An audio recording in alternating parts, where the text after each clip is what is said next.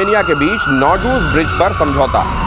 फारस की खाड़ी काला सागर लिंक पर भी सहमति बनी। ईरान को बगैर जंगजुर कॉरिडोर के कॉकेशस देशों में एंट्री का रास्ता मिला।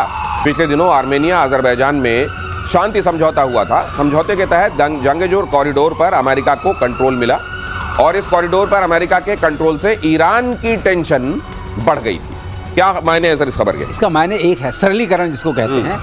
जंगेजूर की वजह से ईरान की टेंशन बढ़ी और इस ब्रिज की वजह से, नॉर्डूज ब्रिज जो आया है, उनको एक्सेस मिली कॉकेशस में और डायरेक्ट एक्सेस उसके थ्रू वाया करके आर्मेनिया से उनको डायरेक्ट एक्सेस मिल गई और उसके बाद मिलेगी यूरोप की, जो हमेशा वो चाहते थे। टर्की और अजरबैजान पर निर्भर नहीं रहना पड़ेगा। इसके सुंदर सरल तरीके से ये हो रहा है। तो ये दोनों चीजें बहुत महत्वपूर्ण हैं, सामरिक दृष्टि से, आर्थिक दृष्टि से और वहां के जनसंपर्क की दृष्टि से। तो वो एक्सेस आपको यूरोप की तरफ जो चाहिए थी वो सीधे सीधे मिल रही है। इस कॉरिडोर की वजह से आप जो वाया जा रहे थे और उसकी वजह से किसी मुल्क का सिग्निफिकेंस बना हुआ था वो कम हो रहा है और इस वजह से टेंशन हो रही है। लेकिन सर क्या ये पूरे तौर पर ये कहीं पर कोई निर्भरता बनी रहेगी या वाकई एकदम से उन कंट्रीज पर डिपेंडेंस हटाकर इनको बना देगा सेल्फ रिलायंट? देखिए, इसके पहले जो आप कह रहे हैं जंगजूर कॉरिडोर, उसको ट्रम्प कॉरिडोर के नाम से भी जाना जाता है, वो जोड़ रहे थे। उन्होंने सोचा कि हमने तो कर लिया, क्योंकि मेन कॉरिडोर है। रशिया बना रहा है नॉर्थ साउथ कॉरिडोर, इसी से आता है। वो कैस्पियन सी हो करके इसको थोड़ा सा ये कर रहा था और फिर फारस की खाड़ी जिसको पर्शियन गल्फ है वहाँ पर आता है। तो अभी जो इन्होंने किया है ये पर्शियन गल्फ से बनेगी। आप सेम कॉरिडोर के पास जाएंगे, मेन जो आर्मेनिया है, और सीधा निकलेंगे ब्लैक सी में। तो ब्लैक सी में एक्सेस, एवरीवन वांट्स ए ब्लैक सी एक्सेस। किस लिए? टर्की एकदम टर्की का ही एक्सिस है आजकल। मेडिटेरियन को यदि ब्लैक सी से जोड़ता है टर्की होकर, मोमेंट ये हो जाएगा फारस की खाड़ी से। सोचिए, नॉर्थ साउथ कॉरिडोर यही है और भारत ने भी चाहवार इसीलिए लिया है। ये जो आएगा रेल का लाइन है, रेल एंड रोड लाइन है, it will go through this and India. हम लोग भी यही चाहते हैं, क्योंकि अभी तक ये रेल लाइन नहीं बनी है चाबहार से। चाबहार से सीधे जाएगी उसी कॉरिडोर के ऊपर में, जो आप ट्रम्प कॉरिडोर, उसके नीचे से जाएगी ब्रिज के ऊपर और निकलेगी ब्लैक सी। ये समझ लीजिए कि जैसे कि किसी के खेत के पास से रोड निकलने वाली होती है ना, तो अचानक वो बड़ा खुश हो जाता है कि अब तो बम बम हो जाएगा, यहाँ से इसका दाम भी बढ़ जाएगा।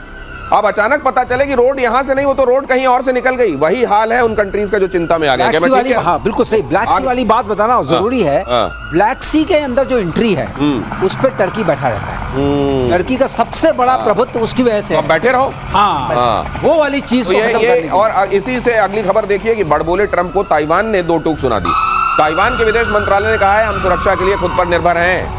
ट्रंप ने जिनपिंग के हवाले से दावा किया था, कहा था उनके शासनकाल में ताइवान पर चीन नहीं करेगा आक्रमण।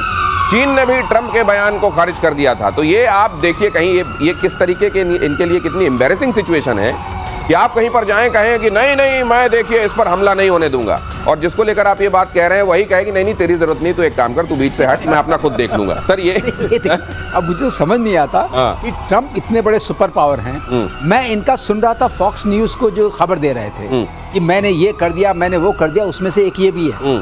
अब बताइए, आप सुपर पावर के बॉस हैं, लीडर हैं, आपको ये शोभा देता है कि चीन ने मना कर दिया कि भाई हमारी ऐसी कोई बातचीत नहीं हुई है? नहीं, ये बात अगर ताइवान कहे कि हम अपने मुहाफिज के तौर पर एक महत्वपूर्ण देश अमेरिका देखते हैं तो समझ में आता है। आप जाकर कह रहे हैं और वो कहते हैं नहीं मेरे को इधर चीन ने मना कर दिया, उधर ताइवान का हमें आपकी जरूरत नहीं है, हम खुद संभाल लेंगे। हम सब संभाल लेंगे। मैंने आपको बताया, कई बार आपके चैनल बताया, आपके माध्यम से बताया है कि ताइवान की जो टेरेन है और जिस तरह का ईस्टर्न पार्ट उसका जो है वो माउंटेनियस है और उसको मारना पकड़ना इतना आसान नहीं होगा। ये बहुत मुश्किल होगा। ये जैसे आपने सेही देखा, सेही जो होती है उसके शरीर पर कांटे ही कांटे होते हैं। बहुत सारे जंगल में ऐसे लोग हैं जो उसका शिकार करना पड़ते हैं, चाहते हैं जानवर, लेकिन जैसे ही उसके कांटे खड़े हुए देखते हैं वो उनका जबड़ा, उनका सोचते हैं कि अगर हमने मुंह में दबा लिया हमारी अपनी जान पर बनाएगी।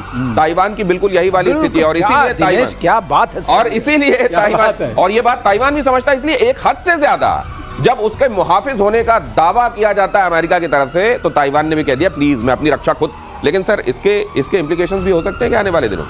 ये इम्प्लीकेशंस तो क्या, वो क्या कह रहा है, उसने रक्षा अपना जो बजट है उसने 3% बोलता, 5% ले जाएंगे, ली बोल रहे हैं। दूसरा उन्होंने किया है 50,000 ड्रोन, और इंडिया से एंटी ड्रोन सिस्टम भी खरीद रहे हैं। और 50,000 ड्रोन बहुत चीज़ होती है। यदि आप पूरे देखेंगे ताइवान का जो ये है वो आइलैंड है 400 किलोमीटर है और 140 किलोमीटर।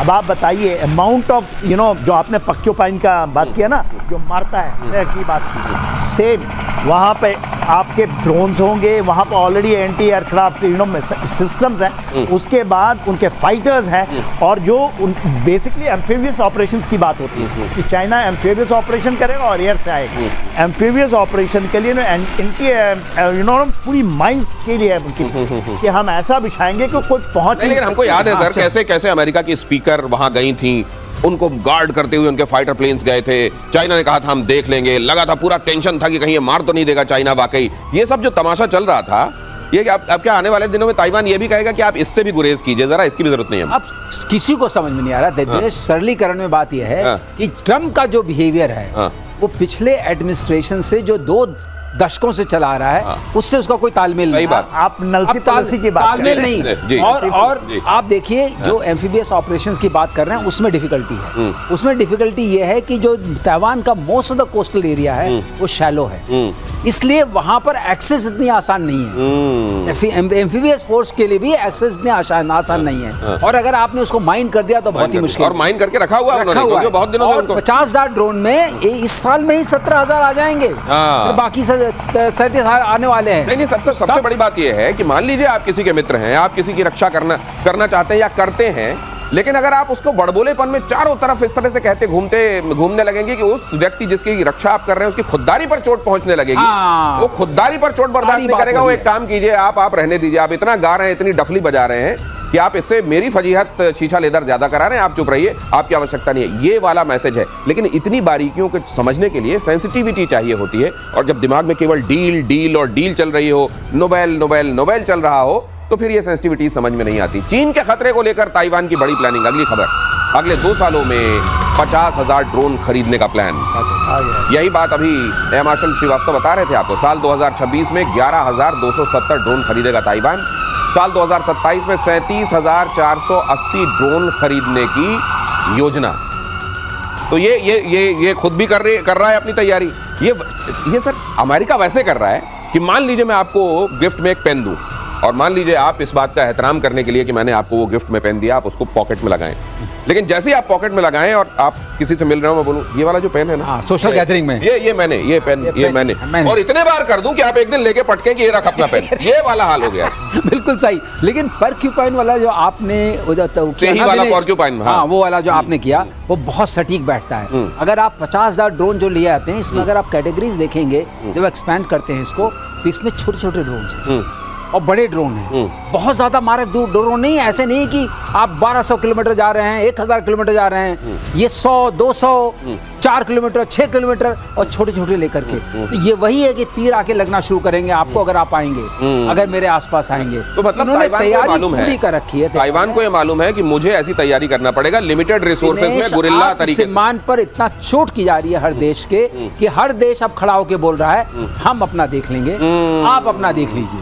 गैरत को नहीं ललकारा जाना चाहिए। एक हद से ज्यादा अगर किसी की गैरत को ललकारा जाएगा, मददगार भी फिर उस गैरत वाले को नहीं चाहिए होगा। वो गैरत वाला कहेगा ये मदद नहीं चाहिए, मैं इसके बगैर देख लूंगा, हो सकता है थोड़ा नफा नुकसान हो, लेकिन मैं अपनी गैरत के साथ तो रहूंगा। और रशिया ने यूक्रेन की तरफ हेवी स्ट्रैटेजिक बॉम्बर्स भेजे हैं। अगली खबर देखिए, पोलेन्या एयरबेस से टुपोलेव Tu-160 ने भरी उड़ान। रूस का सुपर बॉम्बर है टुपोलेव 160। ये टुपोलेव की वजह से इसको TU कहा जाता है, और Tu-160 ने उड़ान भरी है। मतलब इसके मायने हैं जनरल सिन्हा, क्या मैसेजिंग है इसमें? सर देखिए, ये स्ट्रैटेजिक बॉम्बर है और इसमें स्टेल्थ भी कुछ हद तक है। यही है सर व्हाइट स्वॉन। सफेद हंस। सफेद हंस ये उड़ा है, और वो डेप्थ एयरफील्ड से और फॉरवर्ड एयरफील्ड में इसकी स्टेज फॉरवर्डिंग हुई। तो इसकी क्योंकि न्यूक्लियर भी कैरी करता है, न्यूक्लियर भी कैरी करता है और सब तरह के हथियार कैरी करता है। तो ग्लाइड बम सुनेंगे, GBU सिस्टम से। तो GBU का आपने नाम सुना होगा, 57 का जो उन्होंने मारा था B-2 बॉम्बर्स। तो B-2 बॉम्बर्स की कितनी आपने सुनी ना कि इतने बड़े लोग आए, 57 एयरक्राफ्ट उसको केवल गाइड करा। अगर ये अकेला, क्योंकि ये पकड़ से रडार के पकड़ में आने से अभी तक इसने प्रूव नहीं किया है, मगर इसके लोग मानते हैं लोहा कि Tu-160 is a stealth bomber and A strategic bomber. तो स्ट्रैटेजिक बॉम्बर का यदि आप ले आते हैं इसके पहले रशिया ने कभी नहीं इसको लाया, क्योंकि वो मानता ही नहीं था। और यही टुपोलेव हैं जो खुले में एक जगह खड़े हुए थे, जहां पर जाके यूक्रेन ने ड्रोन से मार दिया था, कहा हमने देखिए उनके स्टैटिक बॉम्बर्स को मार दिया। फिर आपको कई तरह की खबरें सुनाई दी, ये कि वो असल में, ये तो रशिया को भी मालूम था कि ये कर सकता है यूक्रेन, इसलिए उसने डमी खड़े किए हुए थे। ये भी खबर सामने आई कि जो डैमेज हुआ है बड़ा कम हुआ है, उससे टुपोलेव को कोई खास फर्क नहीं पड़ता। लेकिन उसी के बाद से यूक्रेन पर जो हमले थे रशिया ने वो ट्रिपल कर दिए थे, बल्कि 4 गुने कर दिए थे। और एक बार ये एक बड़ा संदेश है। अब ये जिस बेस पर लाए हैं ओलेनिया पे, वो बहुत पास में है। अच्छा। और इसकी खास बात है, इसमें 2 मिसाइल्स बड़ी खास है। हाँ। एक है की बोलते हैं, अच्छा। KN-101 और दूसरी है 555। ये 2 जो यहाँ से चलती हैं, उनकी मारक क्षमता, वो स्टेल्थ मिसाइल्स है उसमें से। क्रूज मिसाइल्स है, मैंने आपको बोला था क्रूज मिसाइल सबसे खतरनाक होती है पकड़ना, और स्टेल्थ क्रूज मिसाइल और भी खतरनाक। 12,000 किलोमीटर तक रेंज है। 450 से 500 किलोग्राम तक का वो एक्सप्लोजिव ले आ सकती हैं। वो न्यूक्लियर भी हो सकता है, वो कन्वेंशनल भी हो सकता है। तो आप बताइए, जब ये किसके लिए सक्षम होगा? ये जो वार्तालाप चल रही है, महावार्तालाप, और इसके बाद अगर ये लोग नहीं मानेंगे, आप कोई भी जद से बाहर नहीं है, और इंडस्ट्रियल इंफ्रास्ट्रक्चर को तबाह करने के लिए काम आएगा। स्ट्रेटेजिक बॉम्बर्स ऐसे नहीं यूज किए जाएंगे, ये मेगा डैमेज करने के लिए यूज किए जाएंगे। अगर इनका इस्तेमाल शुरू हो गया, समझ लिए काल आ गया।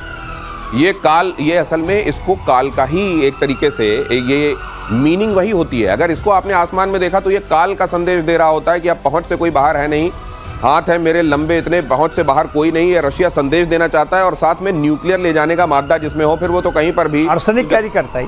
आर्सेनिक के लिए वो जो उसने किया था ना अभी, जो और एक ही बार उसमें से 6 मिसाइलें निकलती हैं, जी। और पूरे के पूरे एरिया को बर्बाद कर देती है। उसने करके दिखाया था ना, एक ही फायर हुआ अभी। आर्सेनिक वो डिप्लॉय कर रहे हैं।